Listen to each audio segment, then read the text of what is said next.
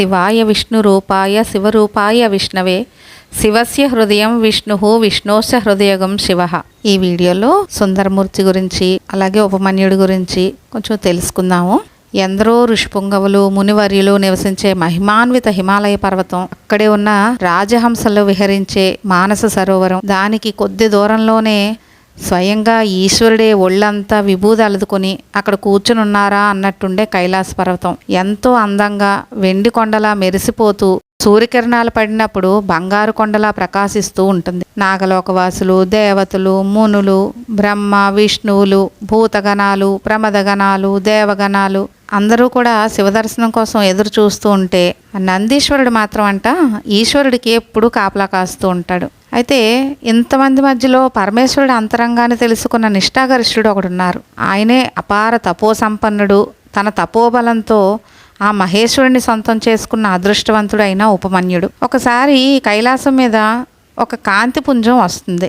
కోటి సూర్యులు ఒక్కసారి ఉదయిస్తే ఎంత కాంతి వస్తుందో అంత కాంతితో వెలిగిపోతుంది. అక్కడే శివగోష్ఠిలో ఉన్న మహర్షులంతా ఆ కాంతిని చూసి ఉపమన్యుణ్ణి అడిగారట. కైలాసంలో అనుమతి లేకుండా ఎంతటి వారైనా రాలేరు కదా, అలాంటిది ఈ దివ్య తేజం ఎలా రాగలిగింది, ఎవరి మహాపురుషుడు అని అడిగారు. అప్పుడు ఉపమన్యుడు ఒక్క క్షణం ధ్యానంలోకి వెళ్ళి తన దివ్య దృష్టితో విషయాన్ని తెలుసుకుని మహర్షులతో చెప్తున్నాడు. ఒకప్పుడు కైలాసం నుండి వెలిసిన సుందరమూర్తి అనే భక్తుడు తిరిగి పరమేశ్వరుని సాయుధ్యానికి వస్తున్నాడు, ఆ దివ్య తేజ సతందే అని చెప్పి ఆయన తల వంచి ఆ కాంతి పుంజానికి నమస్కారం చేశాడు.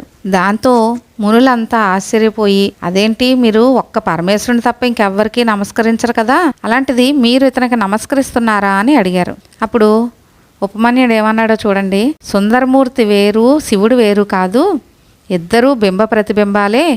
నాణ్యానికి ఒకరు బొమ్మ అయితే ఇంకొకరు బొరుసు లాంటి వారు. ఆ మహాదేవుడి ఆత్మీయతను అనురాగాన్ని పొందిన ధన్యజీవి, అందుకే నేను అతనికి నమస్కరిస్తున్నాను అని అన్నాడు. అసలు ఈ ఉపమన్యుడెవరు, సుందరమూర్తి భూలోకానికి ఎందుకు వెళ్లాల్సి వచ్చింది, ఈ విషయాలన్నీ కూడా ఇప్పుడు తెలుసుకుందాం. వ్యాఘ్రపాదుడు సుందరి దంపతుల గర్భఫలంగా జన్మించిన కారణజన్ముడు ఉపమన్యుడు. ఇంతకీ ఈ వ్యాఘ్రపాదుడు ఎవరంటే మధ్యందినాథు కుమారుడు. తన కుమారునికి బ్రహ్మర్షి వశిష్ఠ మహర్షి చెల్లెలైన సుందరినిచ్చి వివాహం జరిపిస్తాడు మధ్యందినార్. అదిగో ఆ పవిత్ర జంటకే కారణజన్ముడైన ఉపమన్యుడు జన్మించాడు. ఉపమన్యుడు పసిప్రాయంలో ఉండగా వీరుండే తిలేవనంలో పాల కొరత ఎక్కువగా ఉండేది.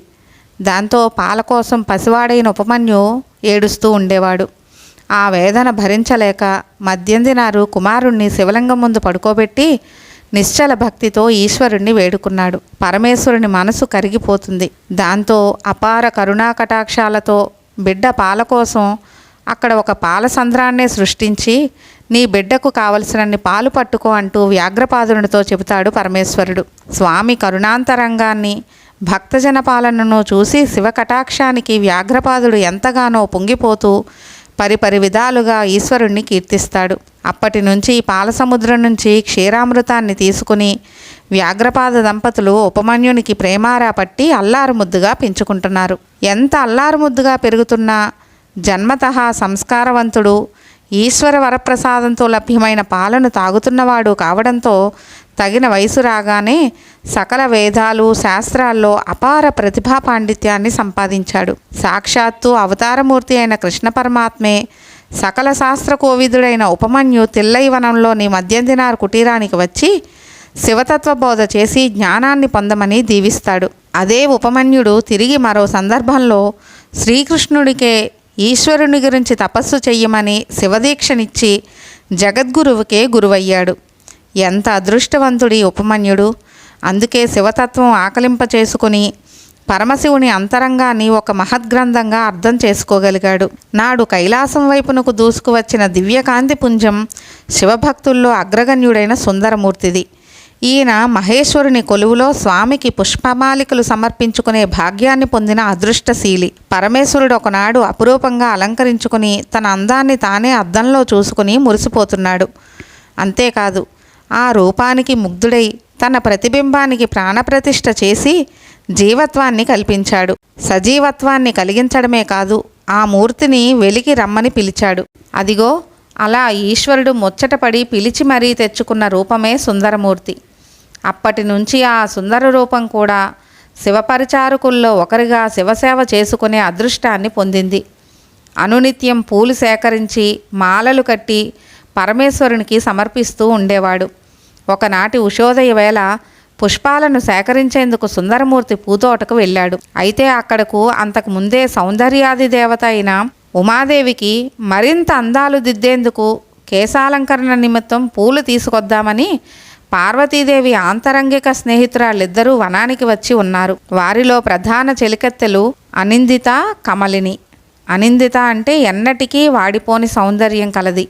కమలిని అంటే కాటుక వర్ణాన్ని పోలిన కేశ సంపద కలిగింది. ఇద్దరు చెలికత్తెలు వనంలో అటూ ఇటూ తిరుగుతూ పూలు కోస్తున్నారు. అందానికే అందాలు దిద్దగల సహజ సౌందర్యాధిదేవత పార్వతీదేవి చెలికత్తెలంటే మాటలా? వీరు అందంలో తక్కువ వారేమీ కాదు.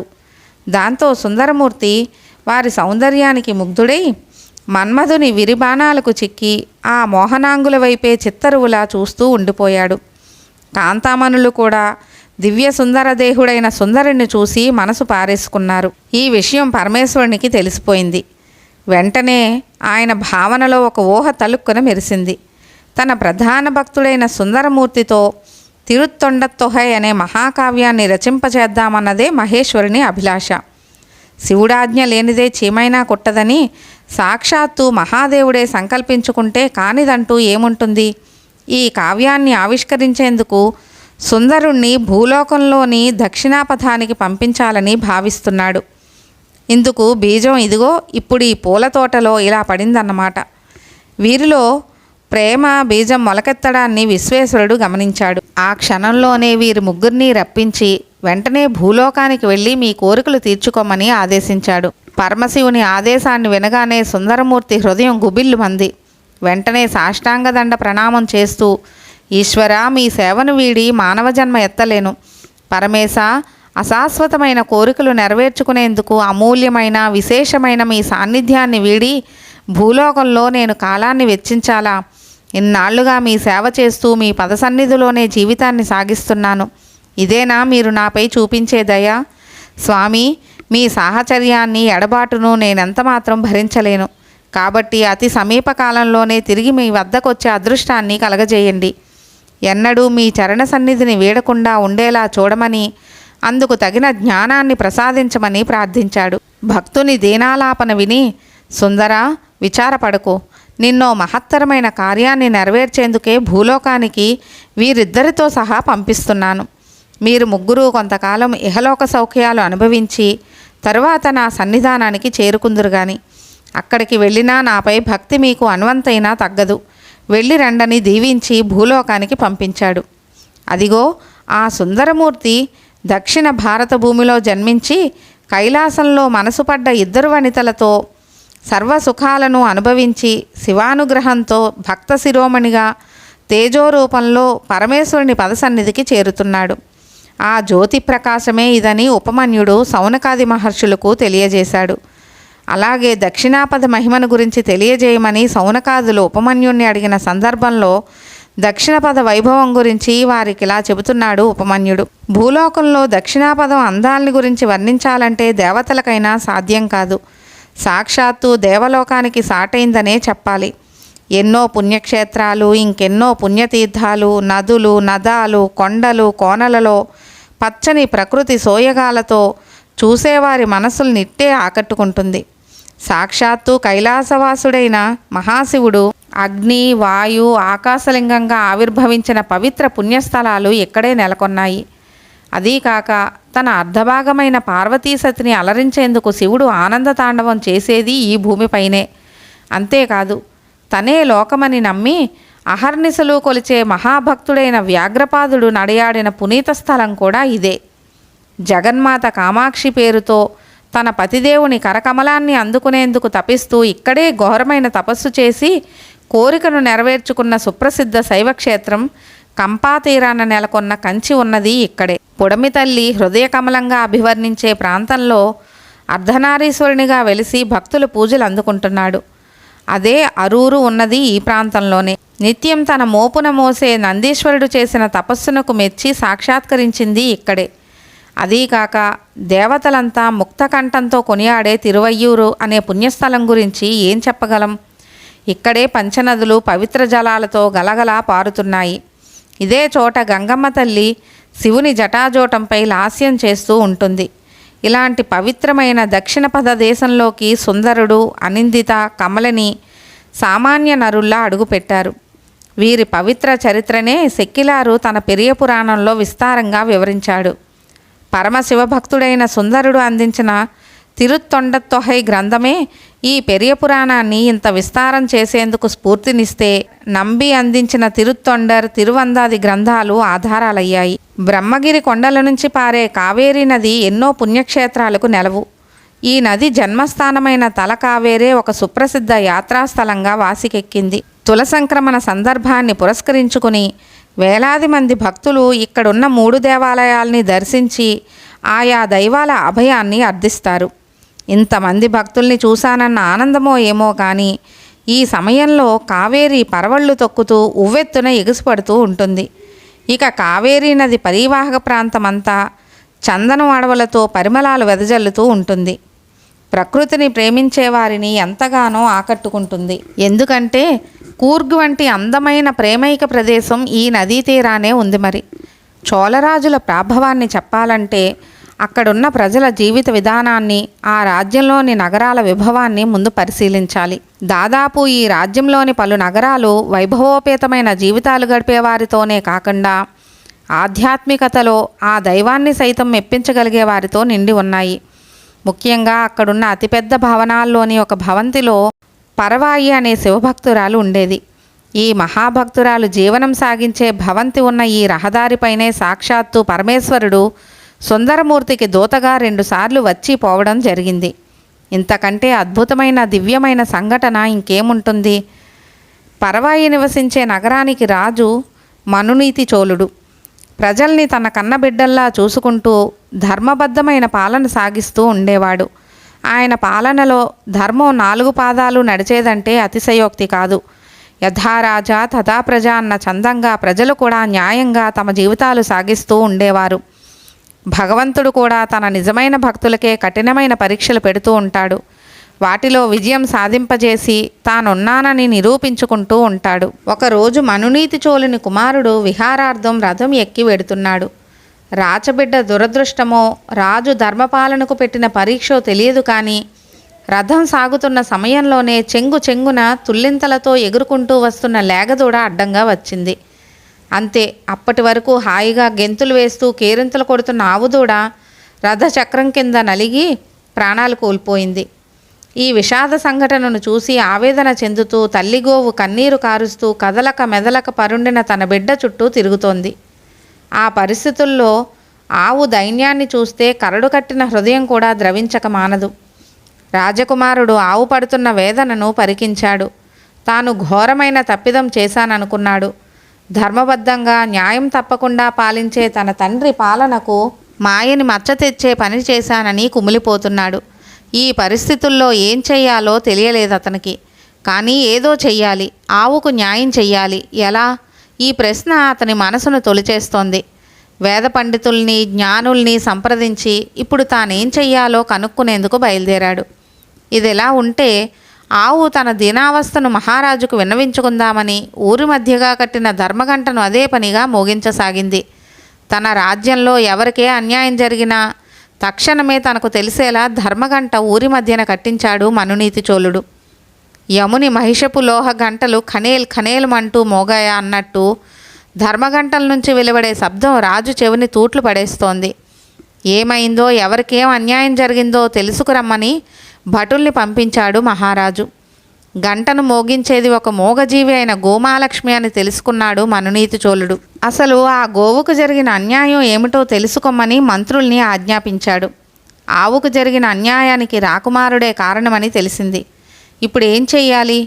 ఏం చేసి గోమాతకు సరైన న్యాయం చెయ్యాలి? అసలు ఏం చేసినా ప్రాణాలు కోల్పోయిన గోశిశువు తిరిగి వస్తుందా? ఏం చెయ్యాలో చెప్పి ఈ ధర్మ సంకటం నుంచి నన్ను బయటపడేయండని రాజు ఆస్థాన పండితుల్ని, విద్వాంసుల్ని కోరాడు. వారు చాలాసేపు తర్కించుకుని, మహారాజా మీరేమీ విచారించకండి, ఇందుకు తగిన ప్రాయశ్చిత్తం చేసుకుంటే గోవుకు న్యాయం జరిగి మీకు స్వస్థత చేకూరుతుంది అని చెప్పారు. అందుకు సమాధానపడలేదు మహారాజు.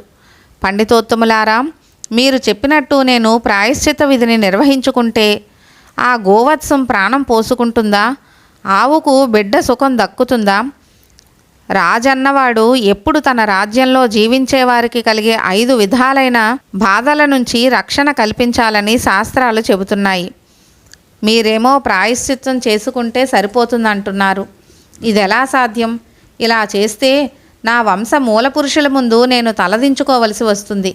వారంతా ధర్మ న్యాయబద్ధమైన పాలనను అందించడంలో ఏనాడు వెనుకడుగు వేయలేదు.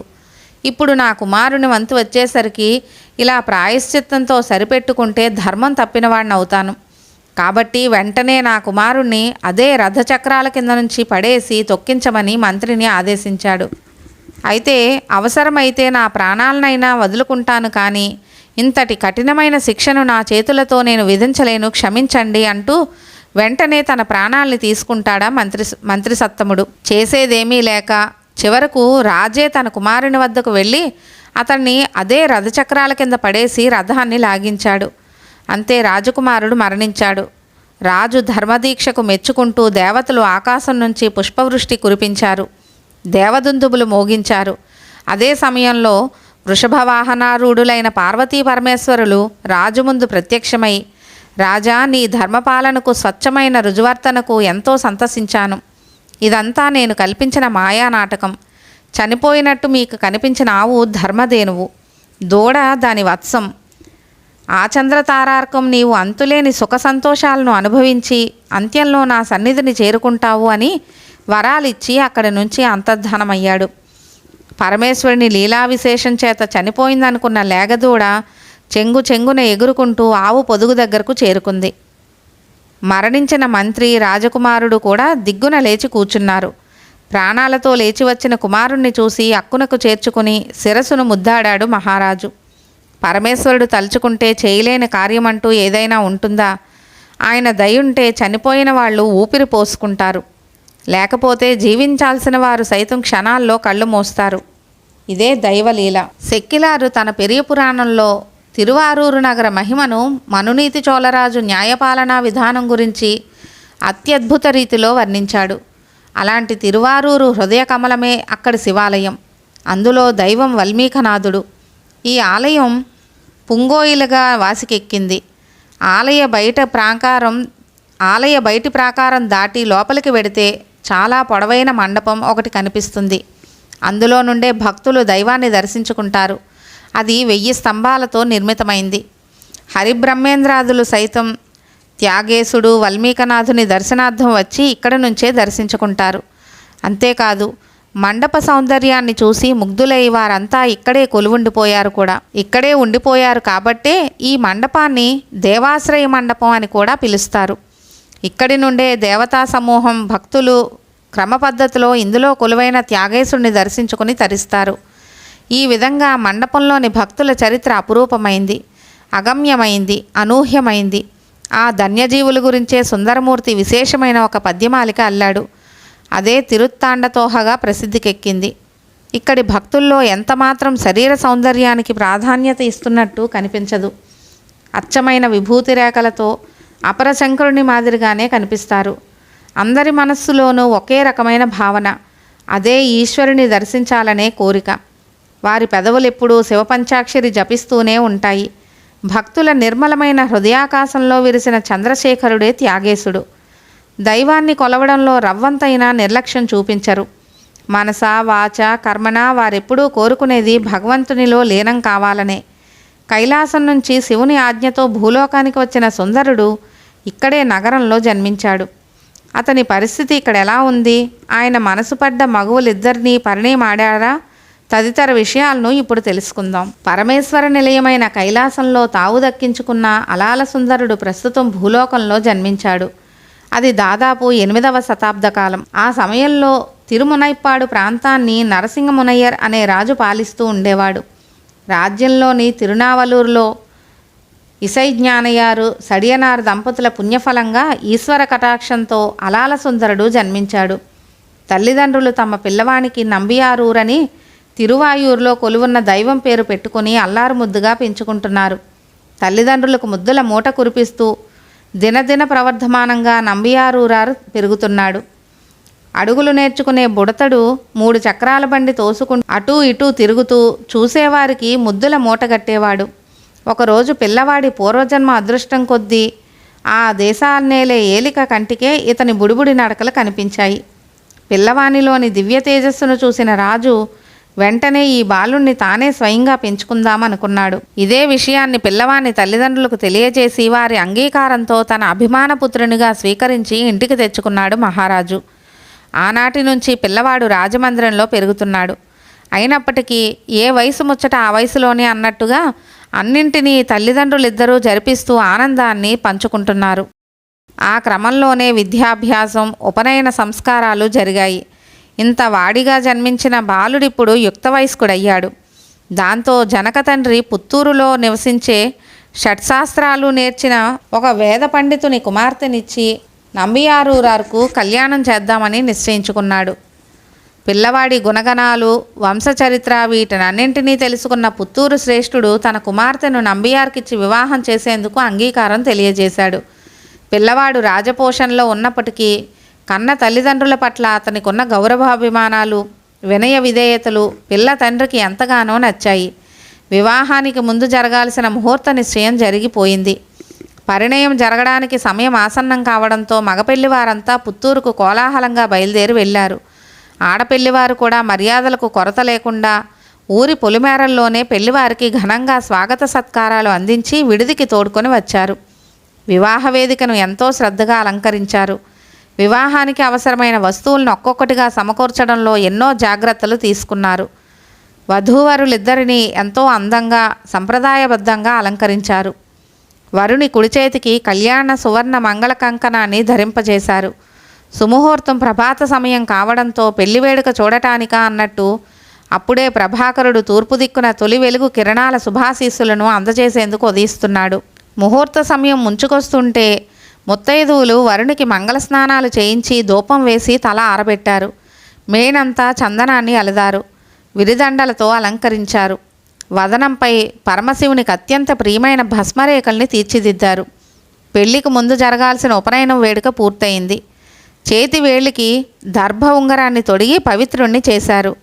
రాచవారి పెంపుడు బిడ్డ కూడా కావడంతో వివాహ ఏర్పాట్లలో ఎక్కడా ఎవ్వరూ ఏమరపాటు పడకుండా అతి సునిశితంగా నడయాడుతున్నారు. విడిది నుంచి పెళ్లి కుమారుడు అశ్వారూఢుడై వివాహ వేదిక వద్దకు సమీపించబోతున్నాడు.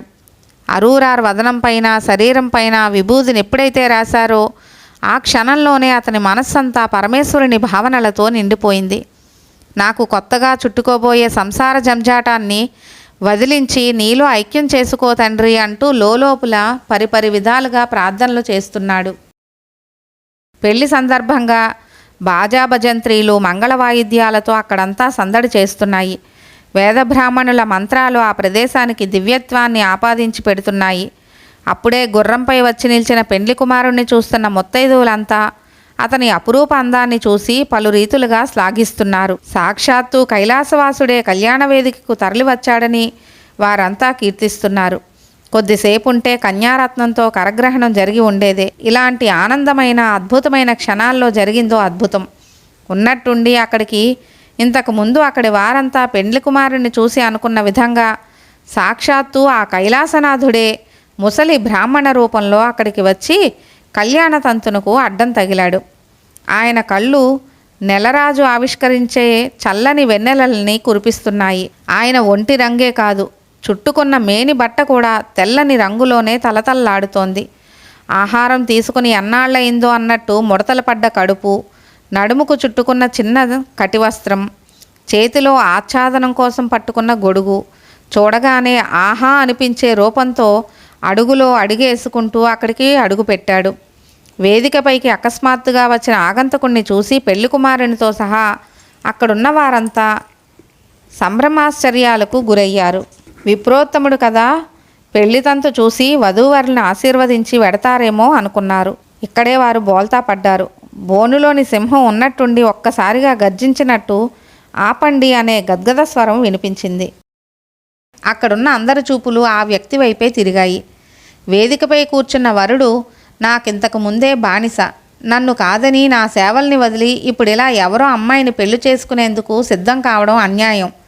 నా వాదం తేలే వరకు పెళ్లి జరిగేందుకు నేను అంగీకరించను. ఇక్కడ ఇంతమంది పెద్ద మనుషులున్నారు కదా, న్యాయం చెప్పండి అంటూ ఎలుగెత్తి ఆరోపణలు చేశాడా వృద్ధ విప్రోత్తముడు. ఆ ఆరోపణను విని వరుణితో సహా అంతా ఆశ్చర్యపోయారు. వివాహానికి హాజరైన వారిలో కొంతమంది పెద్దలు, అయ్యా విప్రోత్తమా, మీరు చేసిన ఆరోపణ వింతగా ఉంది. ఈ వరుడు మాకెప్పటి నుండో తెలుసు. ఇతని వంశచరిత్ర ఎంతో మంచిది. అలాంటి వీరిపై ఇలా అపవాదు చేయడం మీలాంటి విప్రోత్తములకు తగిన పనేనా? కాబట్టి అనవసరపు కాలయాపన నివారించి జరిగే శుభకార్యం జరగనివ్వండి. ఆపై కొత్త దంపతులను నిండు మనస్సుతో ఆశీర్వదించండి అంటూ వేడుకున్నారు. అందుకు ససేమిరా వినకుండా ఆ వృద్ధ విప్రుడు, అసలు జరిగినదేమిటో మీకు తెలియదు, అందుకే మీరిలా వీరిని వెనకేసుకొస్తున్నారు. ఈ కుర్రవాడి తాతగారు స్వయంగా నాకు దాస్యపత్రాన్ని రాసిచ్చాడు. అందులో ఈ కుర్రవాడే పారిపోయిన నా దాసుడని ఉంటుంది. కావాలంటే దాన్ని మీకు సాక్ష్యంగా చూపించగలనంటూ బాగా బలంగా ధీమాగా చెప్పాడు. అలా చెబుతున్నప్పుడు ఆయనలో ఎంతమాత్రం తొట్రుపాటు కనిపించలేదు. అయినా అక్కడి వారంతా ఆ విషయాన్ని నమ్మకుండా, ఈ విషయాన్ని ఇంతటితో కట్టిపెట్టండి, అంతా తోటివారం, సరిసమానమైన వాళ్ళం, ఒకరికొకరం దాసులం ఎలా అవుతాం? మీరు పెద్దవారు, పెద్ద మనసుతో విషయాన్ని ఇక చాలించండి అన్నారు. అందుకు ఆ విప్రుడు, అయ్యలారా, మీరెందుకో నా మాట నమ్మడం లేదు.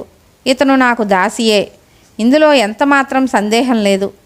అందరి సమక్షంలో మీలో పెద్దవారైన వారికి సాక్ష్యపత్రం ఇప్పుడే దఖలుపరుస్తాను అంటూ పత్రాన్ని బయటకు తీశాడు. ఈలోగా వరుడు ఉన్నట్టుండి ఒక్కసారిగా వృద్ధుని చేతిలో ఉన్న పత్రసాక్ష్యాన్ని విసురుగా లాక్కొని ముక్కలు ముక్కలుగా చించి అగ్నిహోత్రంలో పడేశాడు. ఈ హఠాత్ పరిణామానికి విప్రుడితో పాటు అక్కడి వారంతా ఆశ్చర్యపోయారు. బ్రాహ్మణ వేషంలో ఉన్న శంకరుడు అందరినీ చూసి, ఈ కుర్రని దుందుడుకు చర్య హర్షించదగ్గదేనా చెప్పండి? పత్రాన్ని చించేస్తే సాక్ష్యం లేకుండా పోతుందనా? అలా ఏమీ అనుకోవద్దు. విషయాన్ని తేల్చుకుని నా దాసుణ్ణి నాతో తీసుకుని కానీ నేను ఇక్కడి నుండి వెళ్ళను. నా వాదనా పటిమ ఎలాంటిదో చూద్దురు కానీ అన్నాడు. అందుకు అక్కడి కుర్రవాడి బంధువులంతా కలిసి ముక్తకంఠంతో, అయ్యా, అసలు మీరు ఎక్కడి నుండి వచ్చారు, మీ నివాసం ఎక్కడో తెలియజేయండి అని అడిగారు. దాంతో ఆ విప్రోత్తముడు, ఓహో, మీకు నేనుండేది ఎక్కడో తెలియాలి. అయితే మీరు నన్ను ఇంతకు ముందే అన్నడు చూసి ఉండలేదన్నమాట. రండి, ఎందరో ధర్మాత్ములన్న నా వన్నెనల్లూరు అనే ఊరికే వెళ్ళి విషయాన్ని తేల్చుకుందాం పదండి అంటూ ముందుకు దారి తీశాడు. ఆయన్ను అనుసరించారు మిగిలిన వారంతా. వరుడైతే అందరికంటే ముందు అతనే వృద్ధ విప్రోత్తముణ్ణి ఎంతో శ్రద్ధగా భక్తిగా అనుసరిస్తున్నాడు. తిరువెన్నెనల్లూరు రాగానే ఈ వృద్ధ బ్రాహ్మణుడు తన ఊళ్ళోని ధర్మవేత్తలైన కొందరి బ్రాహ్మణోత్తముల్ని పోగు చేసి ఇప్పటి వరకు జరిగిన విషయాన్ని అంతా వివరించి న్యాయం చెప్పమని కోరాడు. విషయమంతా విన్న ఊరి పెద్దలు అరూరారును పిలిచి, బాబూ, నీవు అకారణంగా బలవంతంగా అన్యాయంగా వృద్ధుని చేతిలోని సాక్ష్యాన్ని చించివేయడం తగని పని కదా. అలా చేస్తే నీవు తప్పు చేయలేదన్న విషయం నిరూపితమవుతుందా? ఎందుకు ఆ పని చేయాల్సి వచ్చిందో న్యాయసభకు వివరించమని ఆజ్ఞాపించారు. వెంటనే అరూరారు, అయ్యలారా, నేనేమిటో, నా వంశచరిత్ర ఏమిటో మీకంతా తెలిసినదే. నాకు తెలిసి ఈ వృద్ధుణ్ణి ఇంతవరకు చూసి ఉండలేదు. అలాంటిది నేను ఇతనికి బానిసగా ఎలా అయ్యానో నాకు అస్సలు అర్థం కావడం లేదు. అంతా అయోమయంగా ఉంది అన్నాడు. అందుకు ఆ ఊరి పెద్దలు ఇలా అన్నారు, సాక్ష్యాన్ని నీవు కావాలనే ముక్కలు చేశావు కాబట్టి మేము తెలియజేసే 3 విషయాల్లో దేన్నో ఒక దాని ద్వారా నీ వాదాన్ని నిరూపించుకో. అందులోని బలాబలాల్ని బట్టి న్యాయ నిర్ణయం చేస్తామన్నారు. అదేమిటో తెలియచెప్పండి అన్నాడు వృద్ధుడు. అయ్యా, ఆచార వ్యవహారాలు, చేతి ద్వారా రాసి ఇచ్చిన పత్రము, ప్రత్యక్షంగా చూసిన సాక్షులు, వీరిలో ఏ ఒక్కటి నీ వద్దనున్నా వాటిని చూపించి నీ వాదన కొనసాగించు అన్నారు. వెంటనే వృద్ధుడు, ధర్మకోవిదులారా, ఆ కుర్రవాడు అవివేకంతో చించివేసిన ఆ పత్రం నకలుది మాత్రమే. దానికి అసలు పత్రం నా వద్ద భద్రంగా ఉంది. మీరంతా దానికి భద్రత కల్పిస్తామని హామీ ఇస్తే దాన్నిప్పుడే మీకు చూపించి అందరి అనుమానాన్ని పటాపంచలు చేయగలను అన్నాడు.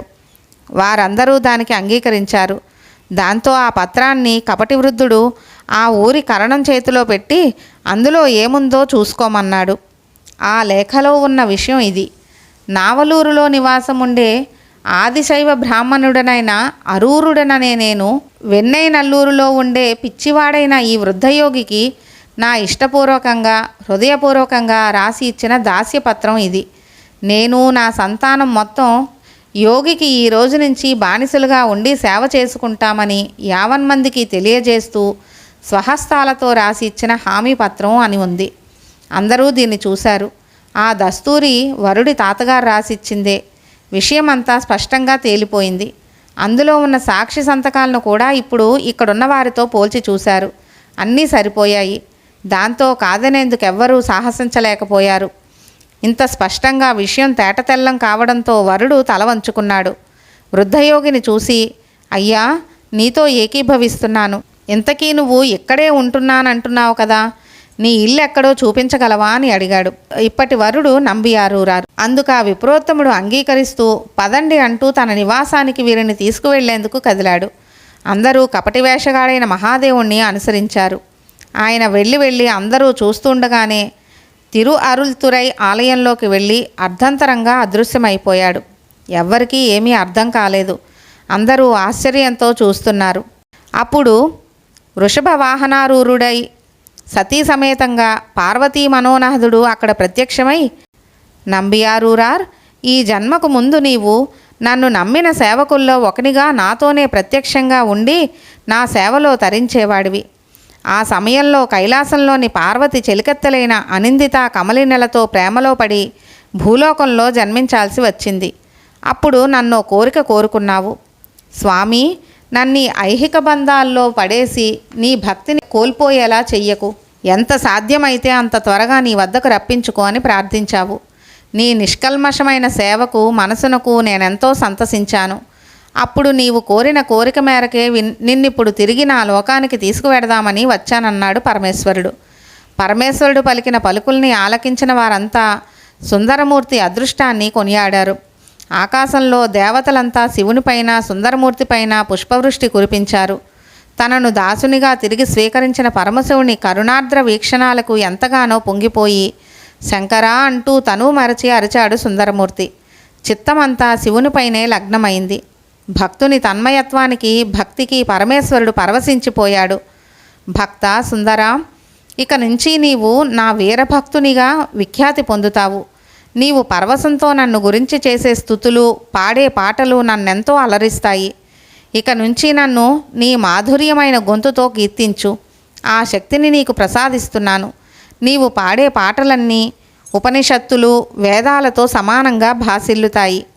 అంతటి కీర్తి గడిస్తాయంటూ అద్భుతమైన దివ్యమైన అవకాశాన్ని సుందరమూర్తికి అనుగ్రహించాడు పరమేశ్వరుడు. ఇలాంటి అరుదైన అదృష్టం ఎన్నో జన్మల పుణ్యం ఉంటే గానీ లభించదు. సుందరమూర్తి నాడు ఏకాగ్ర దృష్టితో శివునికి చేసిన సేవలే ఇంతటి అపురూప అవకాశాన్ని కలిగేలా చేశాయి. ఇదంతా కలగా భావించిన సుందరుడు తన్మయత్వం నుంచి కోలుకొని రెండు చేతులు జోడించి మహేశ్వరుణ్ణి పలు విధాలుగా స్తుతించాడు. పరమేశ్వర, నన్ను నీ వద్దకు రప్పించుకునేందుకు వృద్ధవేషంలో వచ్చి నాపై నిందమోపి ఇంత రగడ చేశావా తండ్రి? నీ భక్తులపై నీకెంతటి శ్రద్ధో దీన్ని బట్టి అర్థమవుతుంది. నీ చర్యల్ని ఆకలింపు చేసుకోలేని అజ్ఞానులం మేము. బ్రహ్మాదులే నీ మాయను తెలుసుకోలేరు. అలాంటిది మాలాంటి అల్పజ్ఞులమైన మేమెంతటి వారం తండ్రి? నీ గుణగణాల్ని కీర్తించడానికి నేను అర్హుడనేనంటావా? నీవేమీ దిగులు చెందకు. ఒకప్పుడు నన్ను పిచ్చివాడా అని ఎంతో ప్రేమతో సంబోధించావు, గుర్తుందా? ఆ మాటతోనే నన్ను శ్లాఘించడం ఆరంభించు. గుండె లోతుల్లోంచి ఆగకుండా కీర్తనలు ఉబికి ఉబికి వెల్లువలా ఉరకలేస్తాయంటూ అక్కడే ఉన్న పరమేశ్వరుడు అతని భుజంపై చేయి వేసి ఆప్యాయంగా నిమురుతూ ఓదార్చాడు.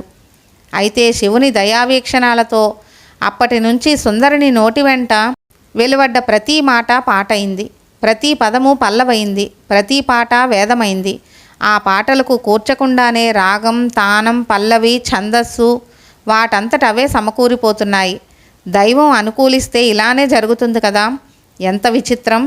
ఈ వెన్నెనల్లూరులో వెలిసిన పరమేశ్వరుని కీర్తించినట్టే మిగిలిన స్థలాల్లో కొలువున్న మహేశ్వరుని కూడా కీర్తిస్తూ తన పాటల యాత్రను సాగిస్తున్నాడు. కైలాసనాథుని లీలా విశేషాల్ని తన పాటల్లో వర్ణిస్తూ దానికి మృదు మధురమైన స్వరాల్ని మేళవించి గానం చేస్తుంటే ఆలయానికి వచ్చే భక్తులంతా పరవశులై నాదస్వరం విన్న నాగుపాముల్లా సుందరుని చుట్టూ మూగిపోయేవారు. అలా స్వస్థలమైన తిరునావలూరు, తిరుత్తురయ్యారులలో కొలువున్న ఈశ్వరుని సందర్శించి కీర్తిస్తూ పులియారులో వెలిసిన ఇష్టదైవమైన పరమేశ్వరుడు చేసే ఆనంద తాండవాన్ని చూడాలని అక్కడకు బయలుదేరాడు. ఇందుకోసం పెన్నా నదిని దాటి మహాశివుని మహాభక్తుడైన అప్పర్యోగి నడయాడిన తిరువాది నగరాన్ని చేరుకున్నాడు. ఇది మహా శివభక్తులు తిరుగాడిన దివ్యస్థలం. దీనిపై పాదం మోపకూడదని భావించి ఊరి బయటనున్న సిద్ధవటం అనే మంటంలో కొలువుదీరాడు. అక్కడ అప్పటికే బస చేసిన శివభక్తుల మధ్య ఆ రాత్రి గడుపుదామనుకుని వారి అనుమతిని తీసుకుని అక్కడకు సమీపంలోని గడిలం నదీ తీరాన కొలువైన శివయ్యను మనసులో ధ్యానించుకుని నడుం వాల్చాడు. ఇంతలో ఇతనికి బాగా పరిచయమైన వృద్ధ బ్రాహ్మణుడొకరు ఇతని ప్రక్కనే పడుకున్నాడు. కొంతసేపు గడిచింది. రాత్రివేళ నిద్రపోతున్న అరూరారుని తలపై పాదాలు పెట్టి ఆ వృద్ధుడు నిద్రపోతున్నాడు. పాదాల తాకిడికి ఉలిక్కిపడ్డ అతనికి మెలకువ వచ్చేసింది. అయ్యా, ఇదేమి పని? పెద్దవారు ఇలా చేయవచ్చునా? తీసేయండి అని విజ్ఞప్తి చేశాడు. బాబూ, ఏమీ అనుకోకు. బాగా ముసలితనం కారణంగా కళ్ళు సరిగ్గా కనిపించడం లేదు, ఎక్కడేముందో తెలియడం లేదు, అన్యదా భావించకంటూ కాళ్ళు తీసేశాడు. అయ్యో పాపం, ఇది నిజమే కదా అనుకుంటూ అరూరరుడు తానే వృద్ధునికి కొద్ది దూరం జరిగి పడుకున్నాడు. ఇంకొద్దిసేపు గడిచింది. తిరిగి వృద్ధుని పాదాలు అరూరారు తలపైనే ఉన్నాయి. అరూరారుకు బాగా కోపం వచ్చింది. పాదాలని ఆవలకు నెట్టివేస్తూ కావాలనే ఇలా చేస్తున్నావా అంటూ గద్దించాడు. అందుకు ఆ వృద్ధవేషగాడు చిరునవ్వు చిందిస్తూ, అయ్యో, అవివేకంతో నన్నే తెలుసుకోలేకపోతున్నావు, తరువాత బాధపడతావు అంటూ అర్ధంతరంగా అక్కడి నుంచి అదృశ్యమయ్యాడు.